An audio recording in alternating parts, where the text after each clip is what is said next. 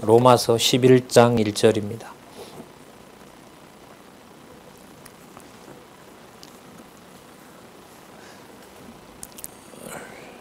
로마서 11장 1절 제가 읽도록 하겠습니다.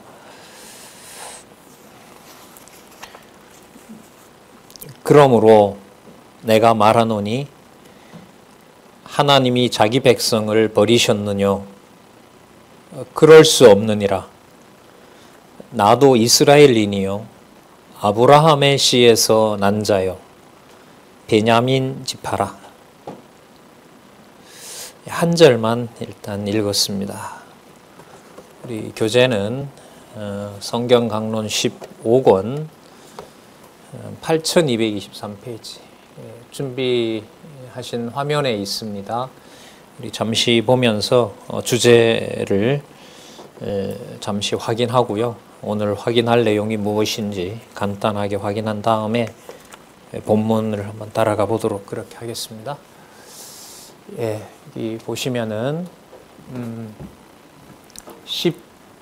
11장 로마서 11장에는 유대인에 대해서 얘기를 하고 있습니다. 2000년 전에 이제 유대인이고요. 지금은 이스라엘이라는 나라와 관련이 됩니다. 그러니까 역사적 사실과 관련된 거죠. 근데 공통점이 하나 있다면은 당시의 유대인들은 대부분 예수를 그리스도로 받아들이지 않습니다. 하나님의 아들로도 받아들이지 않고 있고요. 지금도 대부분의 유대인들은 그렇게 이스라엘 사람들은 예수님을 그리스도로 하나님의 아들로 받아들이지 않습니다. 왜 받아들이지 않는 이유, 왜 받아들이지 않는지 그 이유를 우리는 지난 시간에 확인했던 겁니다.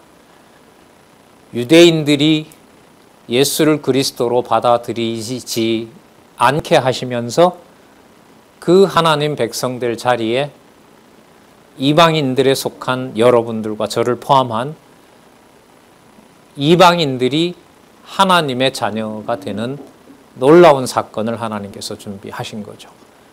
자, 그런데 유대인이 그럼 버려졌느냐? 아니라는 거죠. 아니라는 거예요. 지금도 1%가 안 되잖아요. 우리가 세계의 어떤 뉴스보다가 관심을 갖는 뉴스가 바로 이스라엘에 어떤 일이 벌어지고 있는가. 이스라엘에 뭐 폭탄이 터졌다 뭐 이런 게 아니에요. 예루살렘 교회가 조금씩 0.1% 2%씩 예수를 그리스도로 믿는 일이 벌어지고 있느냐. 그 일이 이제 남아있는 일이거죠. 그 일이 2000년 전에 얘기를 한 건데, 약속한 건데, 오늘 그 내용이 11장 1절에서부터 12절까지 그리고 계속 이어집니다. 32절까지 계속 이어져요. 그래서 지금 믿지 않는 그 유대인은 무엇을 받고 있다? 창세전 하나님의 은혜를 받고 있다는 거예요. 바울 사도가 지금 읽은 대로 이스라엘 사람이잖아요. 혈통으로 보면 아브라함의 후손이잖아요.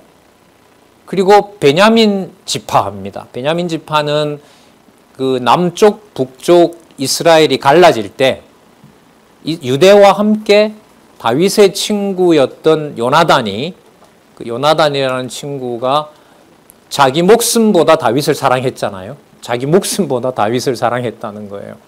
그러니까 하나님이 함께 한 걸 본 거죠, 요나단이. 그러면서 요나단의 아버지인 사울이 베냐민 지파였는데 거의 뭐 10분의 9는 다 멸절했습니다. 다 망했는데 그 베냐민, 그 요나단, 그 지파가 남아서 유대인과 한 형제가 된 거죠. 그래서 지금 사도 바울은 베냐민 지파라고 그렇게 얘기를 합니다. 자, 그 사도 바울이 그런데 혈육으로 보면 이스라엘 후손인데, 아브라함의 후손인데 이방인에게 예수를 그리스도라고 가르치는 거예요. 이게 참 희한하단 말이죠. 교회를 잔해하던 자가, 교회가 있으면 부수던 자가 이방인의 사도가 된 거죠. 그런데 더 놀라운 건 뭐냐면 제가 가끔 비유를 들었던 거잖아요. 병들고 죽어가는 아들을 살리려고 음식을 차려놨는데 안 먹으니까 옆에 있는 친구들을 불렀는데 얘네는 자기 엄마보다 더 좋아하는 거예요. 아, 아줌마 너무 맛있어요. 우리 엄마보다 좋아요. 라고 하는데 우리 애는 차려 놓을수록 점점 먹질 않아요.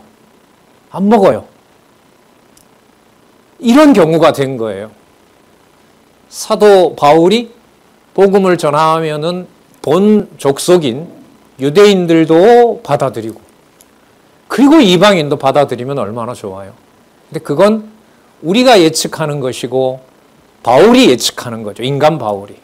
그런데 하나님이 그렇게 하지 않았어요. 유대인이 버려야 이방인이 먹게 되어 있어요. 예수님이 이건 이미 약속한 거죠. 헬라 여자가 나는 이스라엘 위에서 왔다라고 하니까 맞습니다, 주님. 하지만 개들도 주인의 상에서 버려지는 걸 먹습니다. 주세요. 그러니까 주셔야 됩니다. 자, 이 일이 지금 사도 바울에게는 유대인들이 버리는 만큼, 유대인들이 죽이려고 하는 만큼 사도 바울은 그리스도의 사도로 혈육을 뛰어넘는 부모가 되는 것이고 형님이 되는 것이고 또 스승이 되는 거죠. 이 사실이 우리가 볼 때 기쁜 일이라고도 할 수 없고 마냥 슬픈 일도 아닌 거예요. 사람 기준으로 기쁘다 슬프다라고 하면 이 본문은 이해를 할 수가 없어요. 누구를 깨닫게 되는 것이 이 본문의 목적이냐 하면 그렇게 하신 하나님이 살아계셔서 하신다는 거예요. 사람 일은 우리 좋고 나한테 좋고 나쁘고로 얘기가 되지만 성경이 그렇게 된다면 성경이 아니겠죠. 자, 그래서 우리가 따라가 볼 겁니다. 먼저 백성을 다 버리지 않았다. 유대인을 다 버리지 않았다는 거예요. 뭐 해놨다는 거죠? 남겨뒀다는 거예요. 지금까지. 2000년 전에 그렇게 했는데 지금까지. 이방인에게서 하나님의 자녀를 찾아내게 하시려고. 그것도 창세기부터 요한계시록까지 기록한 하나님의 말씀을 모두 생명의 말씀을 유대인이 아니라 누가 먼저 받아들이도록 한다는 거예요? 그러면 진짜 생명의 말씀인지는 어떻게 아느냐? 40년 전에 시작한 성경 강론이 성경 신학이 2014년에 계시록까지 다 완성된 거예요. 그 기록한 것을 여러분들에게 지금 소개하고 있고 같이 확인하고 있는 거죠. 자, 그 다음 은혜 되게 하려고 남은 자가 있어요. 남은 자가 있는데 우연히 남겨진 것이 아니라 선지자의 예언대로 됐다는 거예요. 사도 바울 당시로 보면 720년 전, 700여 년 이상이에요. 지금으로 보면 2700년 전이에요. 여러분들과 제가 여기서 말씀을 듣고 있는 것이 하나님의 말씀을 보고 듣는 것이 유대인들이 지금 믿지 않는 저 일이 2700년 전 약속대로 된다는 거예요. 그래서 하나님이 여기도 살아계시지만 살아계신 것을 드러내시지만 이스라엘 사람들이 믿지 않는 저 상황도 하나님이 돌아가셔서가 아니라 하나님께서 선지자의 예언대로 하고 계신 거예요. 그래서 성경 신학에서는 사람을 주어로 몰아갈 수가 없는 거예요. 화는 나죠. 그 어떤 대면했을 때 사람에 대해서 그렇게 할 수 없어요. 자, 그 다음 그런데 이스라엘이 넘어졌단 말이에요. 말씀을 받아서 그대로 받아들이지 않고 예수님을 죽였잖아요. 근데 그게 누구를 부요하게 한다? 이방인을 부요하게 한다는 겁니다. 부요하게 한다는 말은 이스라엘 사람들이 믿을 수 있다, 믿을 수 없다. 아직은 믿을 수가 없다. 아직은 믿을 수가 없다. 그 내용들을 매우 수준 높게, 수준이 높다는 것은요, 구약과 신약 전체가 들어온다고 보시면 돼요. 우리가 보는 것, 우리가 말하는 수준은 땅에 속한 것이 아니라 하늘에 속한 하나님의 존재를 아는 것과 관계가 되는 겁니다. 자, 그러면 하나님의 존재를 어떻게 아느냐? 하나님은 여호와이시니까 언약하신 대로 이루시는 거죠. 그러면 이렇게 적용을 하면 딱 맞겠죠. 언약하신 대로 이루심으로 선지자 이사야에게 언약하신 대로 이방인이 여호와를 아버지로 하나님으로 부르도록 하기 위하여 이사야에게 약속한 대로 지금도 유대인들은, 이스라엘 사람들은 예수를 그리스도로 믿지 않고 있다.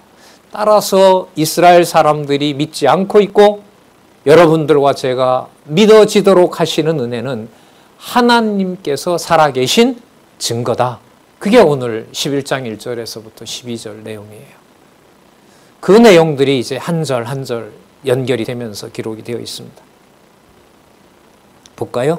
자, 11장 1절 우리 봤죠? 12절 보겠습니다. 자, 하나님이 그 미리 아신 자기 백성을 버리지 아니하셨나니 너희가 성경이 엘리야를 가리켜 말한 것을 알지 못하느냐? 열왕기상 19장에 나오는 근거를 제시합니다.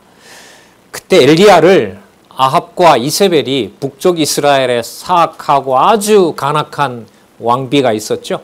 아합과 이세벨이 죽이려고 하고 자기 혼자밖에 남지 않았다는 거예요. 그래서 하나님한테 어찌 이렇게 나라가 갈라진 것도 속상한데 하나님 믿으라고 하는 선지자인 나를 이렇게 배척합니까? 하나님 보시는 것처럼 한 사람도 남지 않았습니다. 진짜 그건 누가 보는 눈이에요? 우리가 보는 눈이에요. 야, 저기 이제 끝났다. 이거 우리 말이에요. 맞죠? 아, 나 이제 끝났는가 보다. 그냥 갈까? 이대로? 이건 우리에게 몰려오는 거예요. 자, 하나님의 대답을 한번 볼게요. 지금 남겨진 이스라엘, 하지만 아직은 예수를 그리스도로 믿지 않게 하는, 믿지 못하게 하는 이스라엘 상황에서 이스라엘 사람들에게 하나님이 살아계신 증거라고 소개하는 거예요. 우리는 몰리면 어떻게 하죠? 아, 이럴 땐 하나님이 없는 것 같아. 이렇게 하잖아요. 절대로 그 말을 할 수 없도록 하나님 백성들에게는 깨닫게 하시는 겁니다. 뭐라고 하냐면 저가 이스라엘을 하나님께 송사하되, 송사한다는 말은 간청하는 거죠. 저들이 나를 다 버렸고 오히려 죽이려 합니다. 주여 여호와여, 저희가 여호와의 선지자들을 죽였으며, 많이 죽였죠. 그 이세벨과 아비. 주의 제단까지 헐어버렸습니다. 그러니까 주의 제단을 헐었다는 말은 누구의 이름을 욕을 보이고 있다는 거냐 하면 여호와의 이름을 욕보이고 있다는 거죠. 자, 이 지경까지 됐고 남는 것은 저 혼자입니다. 하나님. 그 다음에 주의 제단을 헐어버렸고 나만 남았는데 이제 내 목숨도 찼습니다. 끝났습니다. 이제. 그래서 악이 더 번창할 것이고 악이 승리할 것으로 보입니다. 하나님. 참 극단까지 몰아가죠. 4절 저에게 하신 대답이 무엇이뇨? 아, 여러분 성경 기록 목적이 여기에 나와요. 내가 나를 위하여. 너 답답하냐? 이 일 누구 일이다? 내 일이다. 그러니까 널 답답하게 해서 내 일을 보여주려고 한 거라는 거죠. 내가 나를 위하여. 언약하신 여호와께서 아브라함을 택했다고 분명히 말씀을 했는데 아브라함 후손들을, 그것도 남쪽 유다 하나님의 택한 백성들을 북쪽에 사악한 이세벨이 다 죽인다? 그런 상황입니다. 하나님. 네가 모르느냐? 하나님 입장에서는 내가 나를 위하여 아브라함 열조에게 약속했던 것을 내가 버리겠느냐? 내가 여호와인데. 참 소중한 낱말이죠. 내가 나를 위하여. 그게 여러분 계시예요. 여호와께서 계시된다는 말이 여호와께서 언약하신 대로 자신의 언약을 이루시되 여호와의 방법으로, 이걸 주권성이라고 그랬죠. 여호와의 방법으로 이루신다는 겁니다. 내가 나를 위하여 바알에게 무릎을 꿇지 아니한 사람 7천을 남겨두었다 하셨으니 열왕기상 19장 18절에 여기 주석 알려주고 있죠. 관주에 하나도 없어요. 분명히. 그런데 하나님은 7천이 있는 거예요. 이 두 가지 우리 눈에 보이지 않는 것은 우리는 아니라고 하죠. 우리가 7천을 우리가 봐야 7천은 있는 거예요. 그러면 있고 없고의 기준이 하나님의 기준으로 보는 것과 내 기준으로 있고 없고 가난하고 부자고 건강하고 건강하지 않고 기준이 완전히 다른 거죠. 아무도 없는데 7천이나 있는 거예요. 그러면 여러분 지금 유대인 쟤들은 이스라엘 사람들은 2000년 전에 예수님 버렸기 때문에 저렇게 온데 요즘 뭐 돌아온다고 하지만은요. 그 종말의 때가 다가오긴 하는 것 같아요. 우크라이나 전쟁의 의미는 저희들이 볼 때는 유대인들의 귀환입니다. 유대인들의 귀환입니다. 전쟁이 생겼으니까. 그 가장 힘들었던 사람들이거든요. 소련과 우크라이나 지역의 유대인이 돌아오면 거의 돌아와요. 근데 도저히 돌아올 수가 없어요. 근데 지금 이번에 받아주고 있잖아요. 항공기까지 보내서 데리고 왔죠. 초기에는. 지금은 어떤지 잘 모르겠습니다. 어쨌든 유대인들의 귀환이라고 하는 것은 하나님이 아직은 그래도 1%가 안 되니까요. 그 유대인들이 지금도 완악해진 저 일이 너 눈에 볼 때는 또 우리가 볼 때 예수를 버려서 잘 저렇게 버려진다. 세계 곳곳에. 그런 말을 함부로 할 수 없게 하는 거죠. 여러분 이게 이방인들이 유대인에 대한 관계에서만 그치겠습니까? 성도의 관계예요. 그래서 성도는 참 부담되고 인간적으로 말하면 무서운 사람이에요. 한마디만 잘못하면 엘리야와 같은 실수를 할 수 있으니까. 네가 그래 가지고 무슨 성도냐라는 말이 그리스도가 다 통치하는 하나님 백성인데 그 말로 바꿔지는 거죠. 자, 남겨두었다 하셨으니 그런즉 이와 같이 이제도 지금도 그리고 우리가 사는 지금도 우리가 이방인으로서 이렇게 혜택을 받고 있는 지금도 은혜로 택하심을 따라 남은 자가 있다. 그래서 우리의 사랑의 빛은 유대인에게 있습니다. 사랑의 빛은 뭔가를 내 의지로 하는 게 사랑의 빛은 아니죠. 로마서에 그게 나오죠. 다음에 나옵니다. 질만한 빛은 하나밖에 없다. 무슨 짓? 사랑의 빛밖에 없다. 이게 다음에 가면 나오죠. 그래서 로마서에 보면 로마에 있는 성도들이 연보를 모아서 굶주리고 있는 예루살렘 교회에 보내도록 사도 바울이 그 연보를 가지고 예루살렘 교회에 가겠다라는 내용이 여기에 나오죠. 이제도 은혜로 택하심을 따라 남은 자가 있느니라. 은혜로 택하심을 따라 이게 연결어입니다. 은혜로 택하심을 따라 그러면 여기가 바로 제목이 되는 거죠. 유대인은 은혜에 기초한다. 하나님의 택하심을 따라 된 것이다. 자, 아슬아슬한 순간을 우리들은 살고 있습니다. 어느 날 갑자기 이제 모이지 맙시다. 강론 준비도 다 돼 있고 수천 편의 강의가 다 되어 있습니다. 그냥 각자들 집에서 들으십시오. 강론자도 없습니다. 이제는 다행스럽게 그렇게 자료가 있고 어디를 틀더라도 그냥 집에서 편안하게 들으십시오. 교회 일은 뭐 나이 드신 분들이 많기 때문에 국가기관에 나와서 관리해 줄 겁니다. 여러분 이게 그대로 유럽에서 진행됐죠. 지난번에 제가 그 사설에 썼잖아요. 올해만 지금 유럽 개신교 장로교 국가들에게 줄잡아 2,000개 교회가 지금 몇백 개는 경매에 나와 있고 한국 교회가 종착역은 아닙니다. 그래서 코로나 시국에도 여러분들과 말씀을 이렇게 전달을 해주고 또 여러분들의 반응을 들을 수 있게 된 것은 이스라엘 사람들에게 인간적인 얘기입니다. 참 고맙고 안타깝고 이게 막 교차하죠. 자, 보겠습니다. 10장 6절에서부터 10절에는 은혜 되게 하려고 우리가 익히 아는 대로 말하면 하나님의 은혜가 되게 하려고 그러니까 은혜가 되게 하려고 남은 자가 선지자, 여기서는 여러분 이사야고요. 본문에 있는 내용을 미리 더 말씀드리면 선지자 이사야도 예언했고 다윗 왕도 얘기했어요. 여러분 요거 굉장히 좀 충격적입니다. 이 내용은 한번 왜 충격인지 한번 보도록 하겠습니다. 그러니까 인간적으로 보면 충격인데 하나님의 뜻으로 보면 나중에 나옵니다만 깊도다예요. 아까 엘리야도 그런 거였죠. 엘리야 자신으로 보면 한 사람도 없이 선지자들이 다 준 것 같은데 충격이잖아요. 하나님께서 작정하신 대로 하나님이 이루어가는 방법으로 보면 그건 깊도다예요. 우리의 머리로 이해할 수 없는 하나님 살아계신 증거가 되는 겁니다. 자, 살펴보겠습니다.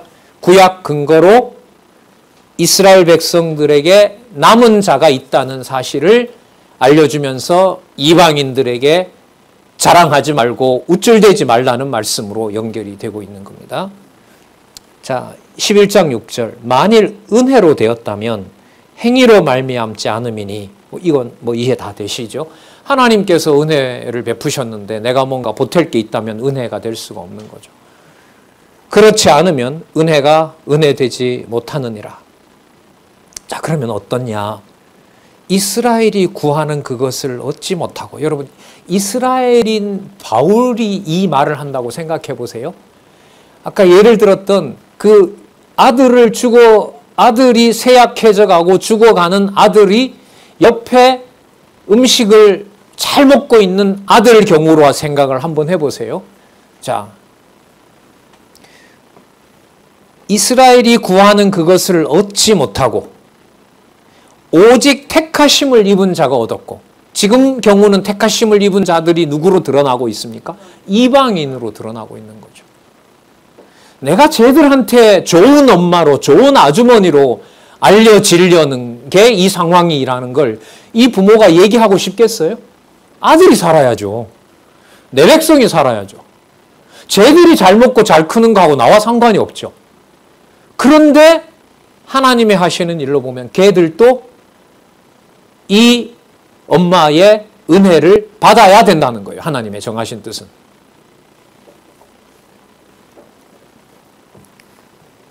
이스라엘이 구하는 그것을 얻지 못하고 오직 택하심을 입은 자가 되었고, 택하심을 입었다는 것은 은혜로 된 자라는 것을 강조하는 겁니다.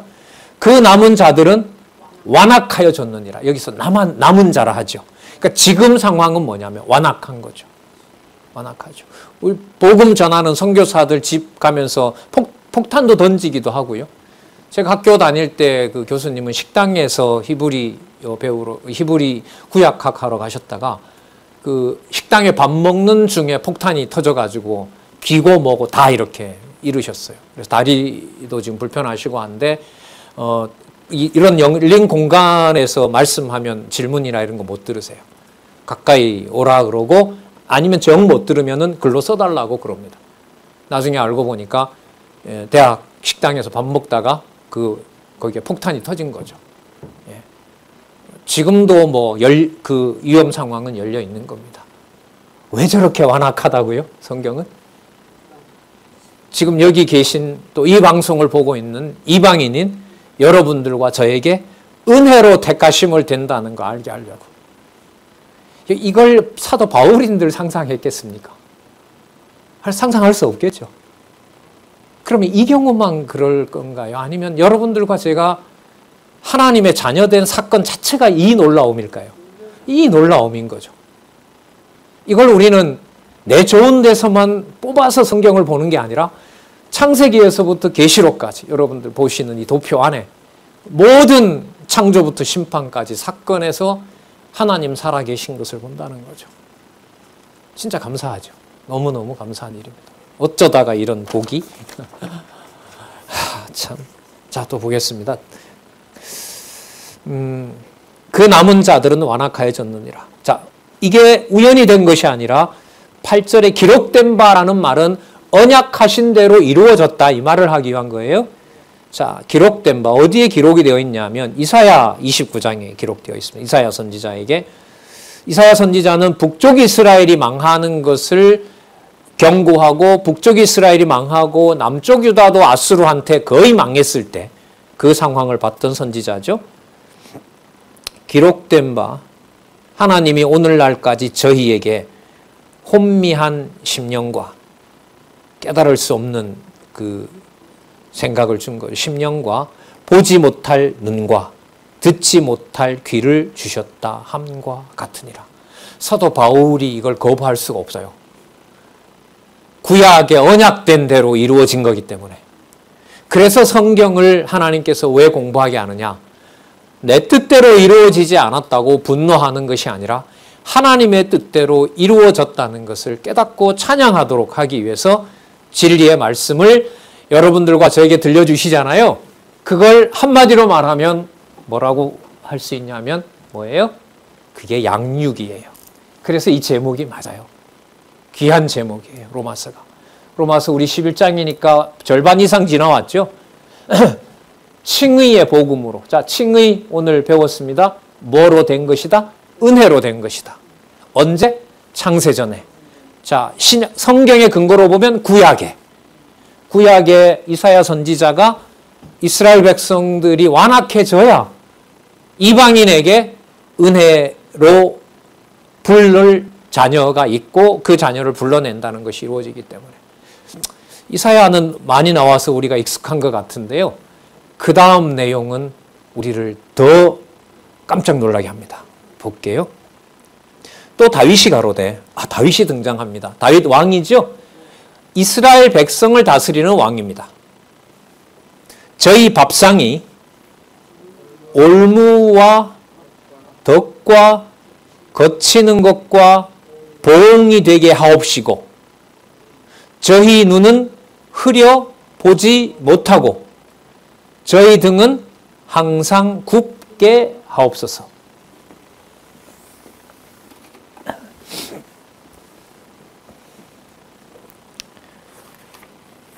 다윗이 이스라엘 백성을 다스리는 왕입니다. 이스라엘 백성을 잘 다스리는 것은 하나님을 잘 섬기도록 1년 12달 절기마다 그리고 안식일마다 그리고 외부에 있는 적이 쳐들어오지 않도록 정치를 잘하는 거죠.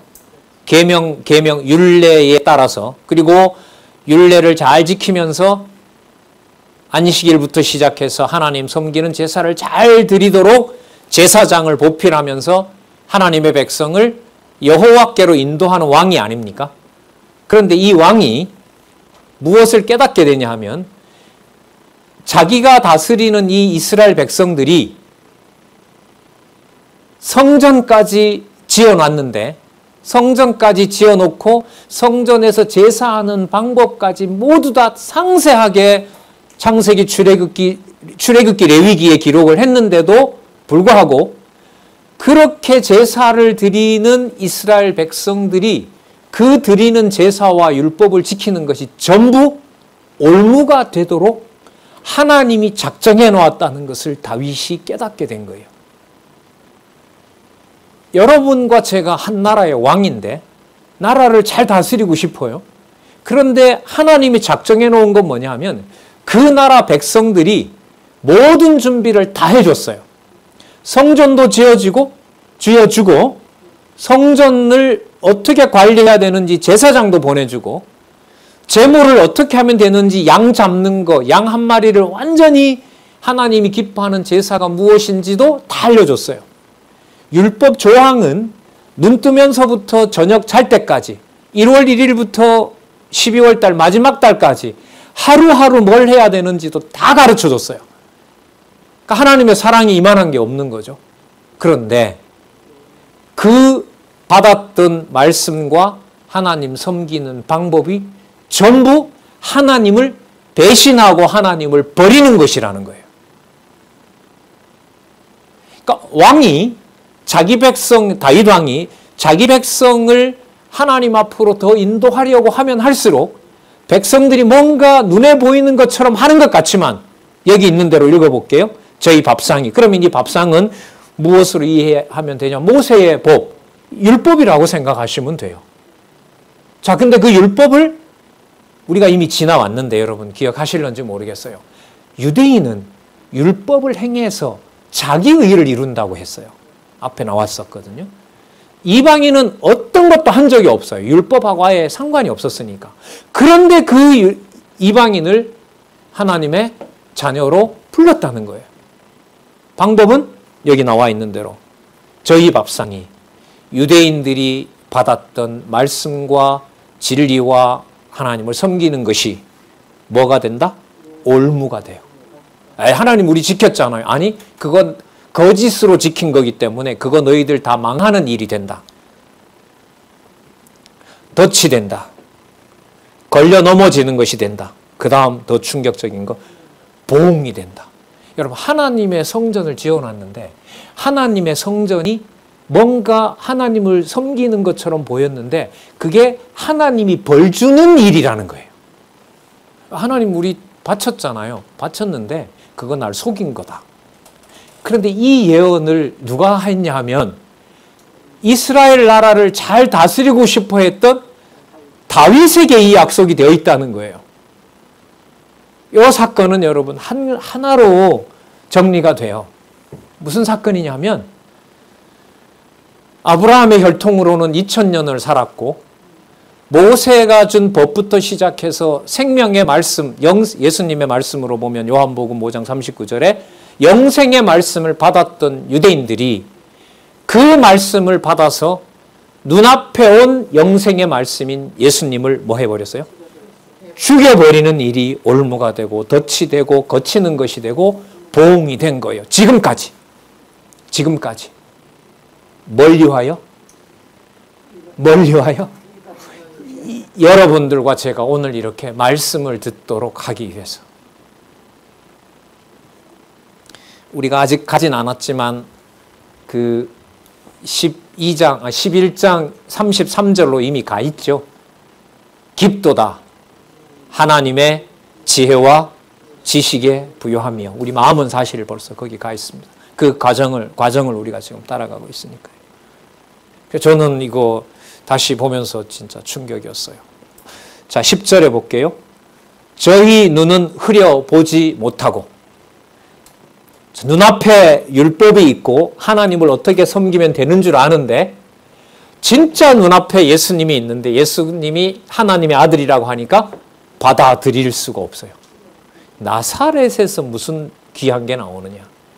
그것도 하나님이 가려버렸어요. 예수님이 그때 그게 아니고요.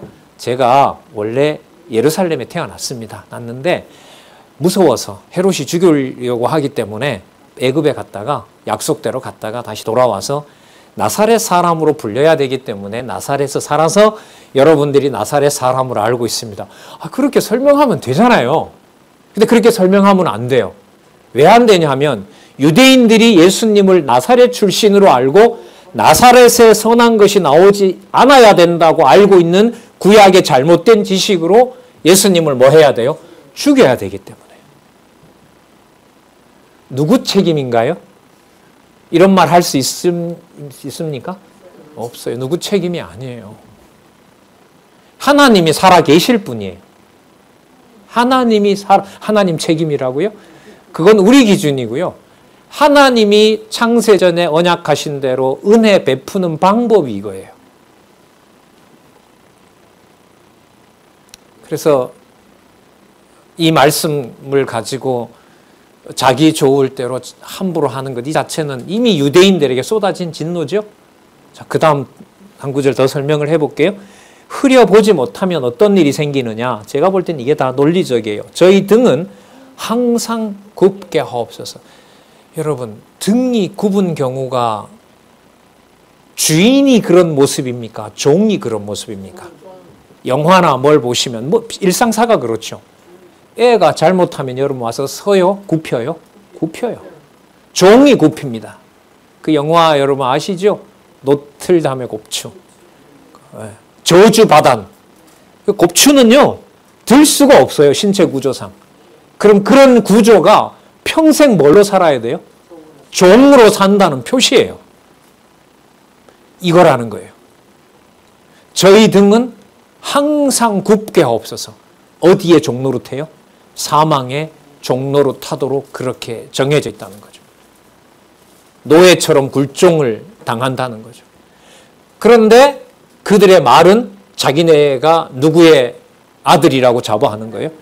하나님의 아들이라고 자부하는 거죠. 참 무서운 저주죠. 저희 등은 항상 굽게 하옵소서. 시편 69편 22절에서부터 23절까지. 여러분 감정이입을 조금 한번 해보세요. 여러분이 왕인데 이 백성이 앞으로 이렇게 하나님을 찬양하고 있고 이 백성들과 더불어 성전 지을 준비까지 다 해놓았는데 이 후손들이 나중에 진짜 하나님의 아들로 온 메시아를 뭐 할 것이다? 버릴 것이다. 그걸 그 왕이 이미 알고 있다고 생각했을 때 누구 심정과 똑같냐 하면 사도 바울 심정하고 똑같은 거예요. 자, 이사야는 다 버린 줄 알았다는데 7천 명이 남아있다고 해서 하나님 뜻을 알려줬잖아요. 다윗 왕은 내가 이렇게 통치를 잘하면 이 백성은 하나님 앞에 훌륭한 백성이고 선한 백성인 줄 알았는데 나중에 이들이 어떻게 되냐면 하나님을 버린다는 거죠. 하나님을 알고 하나님의 뜻이라고 보는 그 진리의 말씀에 걸려 넘어져서 예수님을 죽인다는 거죠. 이 두 가지 사건을 통해서 사도 바울에게 깨닫게 한 것은 저 백성이 저렇게 완악하게 된 이유를 알게 된 거예요. 남은 자가 어디에 있다는 것을 알게 하고 그 남은 자를 구하게 하려고 하는 것이다. 이방에도. 자, 11장 11절 보시기 바랍니다. 자, 그런데라는 접속사도 괜찮아요. 그러므로 내가 말하노니 이스라엘 백성이죠. 저희가 넘어지기까지 실족하였느냐? 그럴 수 없느니라. 그러니까 완전히 넘어지지 않는다. 이방인의 숫자가 찰 때까지. 정보 하나를 미리 드리면은요, 여러분들 여기에 계시록 7장 4절에서부터 8절을 메모하시면 도움이 될 겁니다. 왜냐하면 계시록 7장 4절에서부터 8절 성경 마지막이잖아요. 예수님 오실 때잖아요. 거기에 유대인들 14만 4천이 등장합니다. 12지파 이름이 다 나와요. 참고로 아시면 되는데 그때 단지파가 없더라고요. 단지파가 없고 레위지파가 들어오는가 그래요. 어쨌든 남은 이스라엘 백성들이 분명히 있다. 여러분들과 저에게 하나님의 은총이 머물고 있는 이방인의 시대가 완성될 때까지. 저희의 넘어짐이 세상의 부요함이 되며 저희의 실패가, 이스라엘의 실패가 이방인의 부요함이 되거든 하물며 저희들이 복음을 듣게 된 것을 하나님이 얼마나 더 기뻐하시겠냐 이 말이에요. 여러분, 우리는 창세전에 정해져 있다는 걸 알았지 2000년 전에 우리 조상이 내가 하나님의 택한 백성이었다는 걸 알려주진 않았잖아요. 우리 2000년 전 조상은. 그러나 유대인들은 지금 기준으로 보면 아브라함은 4000년 전이죠. 예수님 오시기 2000년 전이니까. 믿고 있지 않지만 유대인들은 4000년 전부터 이미 그들은 아브라함에게 했던 복이 그리스도를 통하여 이루어진다라는 걸 지금도 받고 있다는 거죠. 이방인에게 복음을 허락하기 위해서 2000년 전에 그리스도를 비록 죽였지만, 자, 그러면 그들이 돌아올 때, 좀 인간적인 은유라고 해야 되나요? 그들이 돌아올 때, 그 탕자가 돌아올 때, 아버지가 뭐라고 얘기하냐면, 죽었던 자가 살아났다 그랬죠. 죽었던 자가 살아난 것이 아니고 무엇이겠느냐? 얼마나 기쁜 일이겠느냐? 이방인 돌아온 것도 기쁘지만은, 지금 이렇게 하나님의 은혜를 강조하고 있습니다. 저희의 실패가 이방인의 부요함이 되거든 하물며 저희가 돌아오는 것이, 그 숫자가 남은 자가 채워지는 것이 얼마나 큰 풍요로움이겠느냐. 자, 그래서입니다.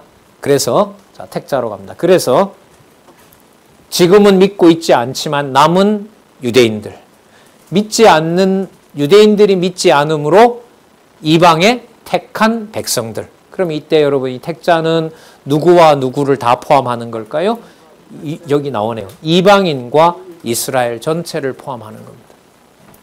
그러니까 이 내용은 앞으로 믿을 이스라엘을 얘기를 하는 거지만은 설명을 할 때는 과거다 미래다 이걸 다 벗어납니다.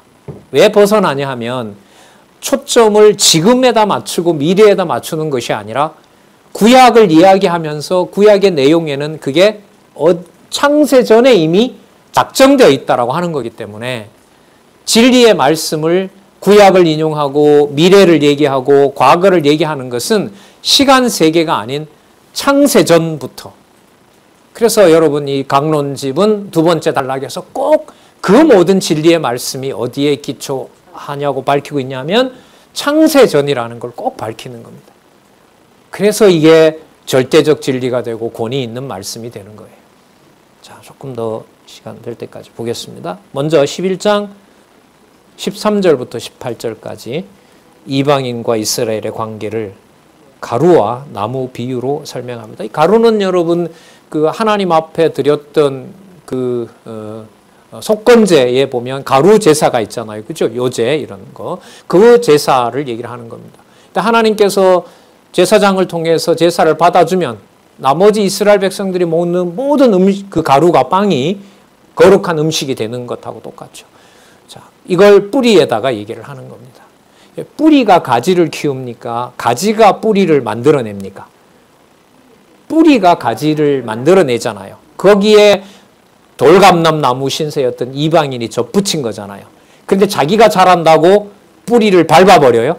그게 안 되는 것처럼 그 원가지는 살아있다. 그 원가지는 창세전에 택자들은 인자에 기초한다고 했으니까 창세전에 하나님이 베푸신 은혜에 기초하고 있다. 기억이 납니다. 8장에 누가 그리스도의 사랑에서 하나님의 사랑에서 끊으리요. 기억나시죠? 예, 그게 이제 창세전 사건이었다는 것을 여기서 알 수가 있습니다. 11장 13절 볼까요? 내가 이방인인 너희에게 말하노니 내가 이방인의 사도인 만큼 내 직분을 영광스럽게 여긴다. 이는 자 14절 이 말씀을 전하는 바울을 한번 이렇게 떠올려 보십시오. 이는 곧 내 고륙을 아무쪼록 시기케 하여 저희 중에서 얼마를 구원하려 함이라. 유대인들이 시기하는 만큼 이방인들의 영광스러운 사도가 됐다는 거죠. 그러니까 유대인들이 자신을 핍박하는데 그 유대인들이 자신을 버려줘야 돼요. 근데 마음으로는 동족이 자기를 버리기를 원하겠습니까? 함께 하기를 원하겠습니까? 당연하죠. 형제고 자녀인데. 그런데 하나님은 그런 방법이 아니었어요. 자기 동족과 형제가 자기를 버려줘야 돼요. 예수님을 유대인들이 뭐한 것처럼, 버린 것처럼. 그래서 그 부스러기를 누가 먹어야 돼요? 이방인이 먹게 되도록 되어 있는 공식입니다. 그러니까 여러분 기독교라는 게 하나님의 교회에서 우리가 일반적으로 말하는 희생과 봉사라는 게 선택사항일까요? 필수일까요? 필수입니다. 그러나 그 봉사와 희생이라는 것이 하나님 기준에 맞는지 안 맞는지는 우리가 결정할 수가 절대로 할 수가 없어요. 그래서 다 은혜라고 하는 거예요. 저 사람은 은혜를 이만큼 달라 그러는데 나는 하나님이 준 게 이거밖에 안 돼. 근데 이만큼 원하는 사람은 왜 이거밖에 안 줬냐고 투덜대요. 그러니까 이때 줄게 난 이거밖에 없는데 이걸 어떻게 줘 이만한 걸. 줄 수 있는 게 뭐예요? 그게 하나님이 하시는 일이라고 말씀을 알려주는 거예요.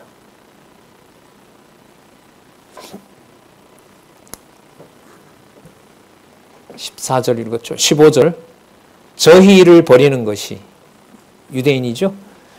이스라엘을 버리는 것이 세상에 하나님과 화목이 되게 하는 것이거든. 그들을 받아들이는 것이 여기에 나오네요. 죽은 자 가운데서 사는 것이 아니면 무엇이리요? 아까 탕자 얘기했죠. 죽었던 아들이 돌아왔는데 내가 잔치를 안 하겠느냐. 이게 바로 이스라엘에 돌아올 상황입니다. 그러니까 하나님이 계획해 놓으신 마지막 그리스도 재림 직전에 가장 이 지상에서 기뻐하는 일은 이 경우로 보면 아브라함의 후손 중에서 남은 자를 찾아내는 것. 거기에 이 역사의 종점이 있습니다.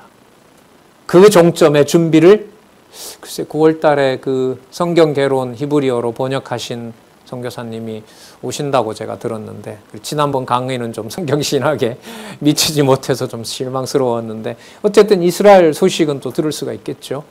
관심을 가질 필요가 있겠죠.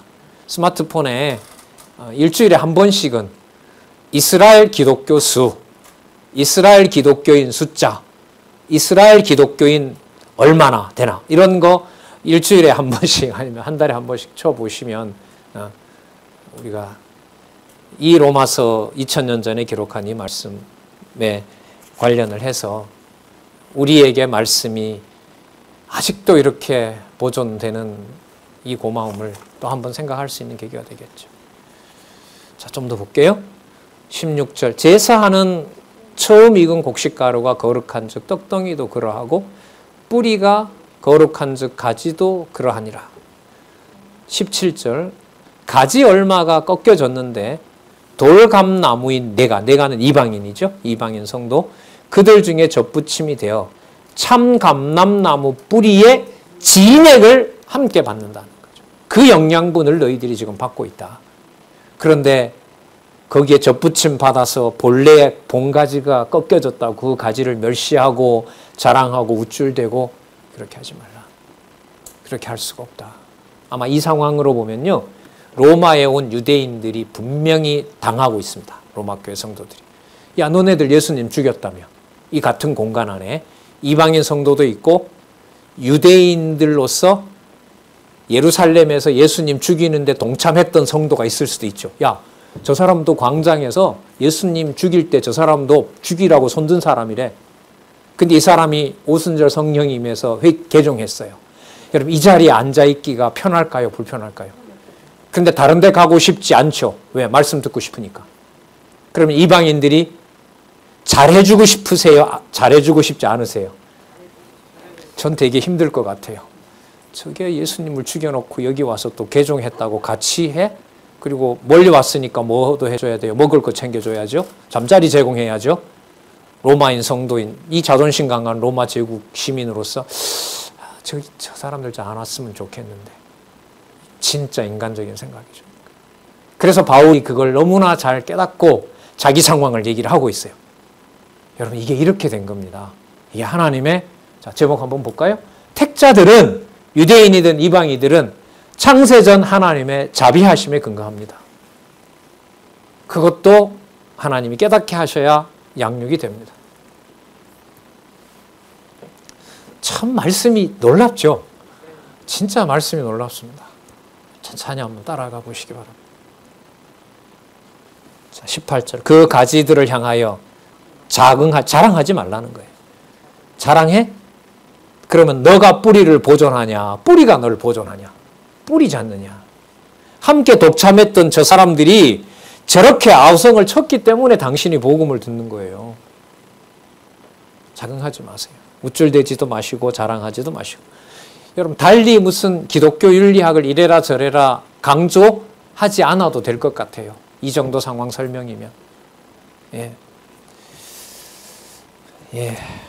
참 감당할 수가 없고 그냥 천천히 생각하면서 읽어도 하나님 살아계신 경우가 이거구나라는 걸 우리가 다시 한번 생각해 볼 수 있는 말씀입니다. 나머지 부분들 한번 읽어보셨으면 좋겠고요. 19절부터 믿음으로 젖붙여진 이방인이 찍히고 이스라엘이 나중에 젖붙임을 받는다. 그 예언되어 있는 내용은 우리 19절부터 다음 시간에 하도록 그렇게 하겠습니다. 기도하겠습니다. 하나님 감사합니다. 받을 수도 없고 들을 수도 없는 진리의 말씀을 저 멀리 우리의 거의 반대편에 있는 저 이스라엘이 저렇게 완악하여진 것이 이렇게 좋은 말씀을 듣게 되는 분명한 증거라는 사실을 다시 발견합니다. 하나님 어찌할 방도가 없습니다. 주신 말씀 잘 보관하여 우리가 만약 유대인들과 만난다면 그들에게 어떤 이해관계와 어떤 계산도 없이 순수하게 진리의 말씀이 맞다는 것을 전할 수 있는 마음도 여유도 허락해 주시옵소서. 하나님의 깊은 섭리를 조금이나마 이해할 수 있도록 인도해 주셔서 감사드리오며 예수님의 이름으로 기도드렸습니다. 아멘.